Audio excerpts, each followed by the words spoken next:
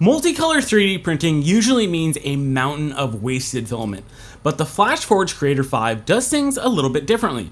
With 4 independent tool heads, it printed some of the coolest models I have ever made with almost no waste, and this is how multicolor 3D printing should work. The FlashForge Creator 5 utilizes 4 separate nozzles, and it can switch between those. This means that you can use different colors or materials without adding in a bunch of time or waste. The time savings alone are really impressive here, with color changes taking about 7 seconds, where a Bamboo Lab printer with an AMS2, for instance, would probably take about 90 to 106 seconds.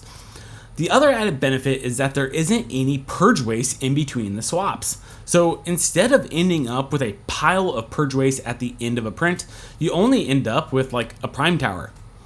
The printer comes in at $699, which in all honesty is really quite impressive, but there are some drawbacks though. The printer does lack some quality of life improvements. For one, this version of the Creator 5 is not enclosed, meaning you won't be printing any high temp materials like ASA, ABS, or nylon. However, there is a Pro version that is enclosed and even has a chamber heater, but it is going to be a little bit more expensive.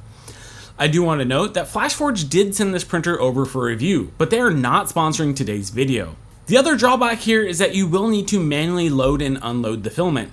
It's not particularly hard or difficult, but it does take a little bit of extra time. I guess they want to save some money somewhere. On the side of the printer, we have 4 spool holders that are going to fit any spool, as long as it's wide enough, because there is a little bit of room here for a 1 kilogram spool, but you're not gonna have to worry about printing out adapters or something like that for you would for an AMS or the Centauri Carbon, stuff like that. This is just a nice simple design, and I do like that. Now to load up the filament, it is really easy. I'm gonna take some of my voxel filament here and load it into the printer. It's super easy. We're gonna go into number 4. Just hang it on. You're gonna slide this into the slot, and you're gonna keep going until it stops. And now once we're on the screen, we can select the filament rolls. Number 4, we're gonna hit edit, PLA, purple. And now we can hit load. Next, it's gonna preheat, and then it'll let us know when we can start pushing it in. Now, one thing that is nice is that FlashForge has listened to some community feedback. There was some issues with how this purged initially. It was purging in the front of the machine, and there was a potential that it could get caught inside the fan and potentially cause a fire. Well, they listened to some feedback and they ended up changing how that works. So now I believe that fan turns off during the loading and the purging kind of systems that are going on. And they've also moved it to purging out in the back of the printer, which there's nothing back there, so you won't have any issues. Before we get into the really cool prints that I made with this, I did run into a pretty big failure on this machine. I had a print fail and it ended up knocking out the bed leveling probe. I have no idea how this even happened. I am able to get it to stay in, but only barely. I did contact FlashForge and they are sending me a part to fix it. And they didn't like the idea of me gluing it back in. This does bring me to the perfect segue. Replacement parts. Looking at their website, there are 0 replacement parts available for this machine. Hell, they don't even have a section for accessories yet. FlashForge, please do better with this. People shouldn't have to contact support in order to get replacement parts if a printer breaks something. Alright, let me get off my Apple box and talk about the prints. Legitimately, this printer has opened up a whole new world of multicolor prints for me. I wouldn't print things in the past because I knew the amount of filament wasted would be crazy. Take this Spider-Man helmet for instance.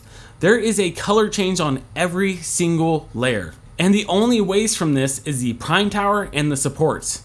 Sure, this looks like a lot wasted, but in comparison to what a Bamboo Lab P2S would waste, for instance, this is nothing.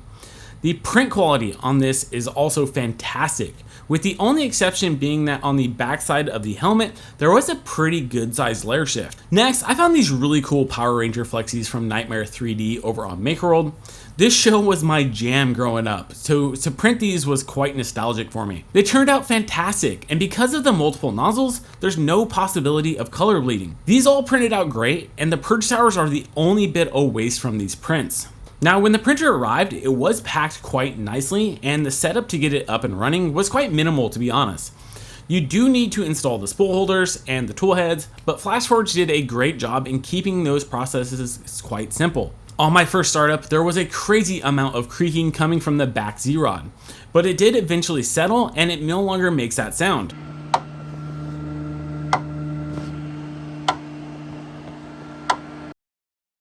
The FlashForge Creator 5 does have the same bed size that we see on most printers, coming in at 256 by 256 by 256 millimeters. It does come stock with 0.4 nozzles across the board, but you might run into some issues with trying to get different size nozzles, but more on that here shortly. The printer does print quite quickly, as I would expect with any modern machine. It does feature automatic calibrations like flow rate and active vibration compensation, and of course auto bed leveling. Thankfully, the printer handles the whole calibration of the different nozzles, because I can only imagine how hard it would be to calibrate the alignment of them all. So overall, the printer has been quite good, and I would love to tell you how many hours I printed on this machine, but it's definitely not counting correctly.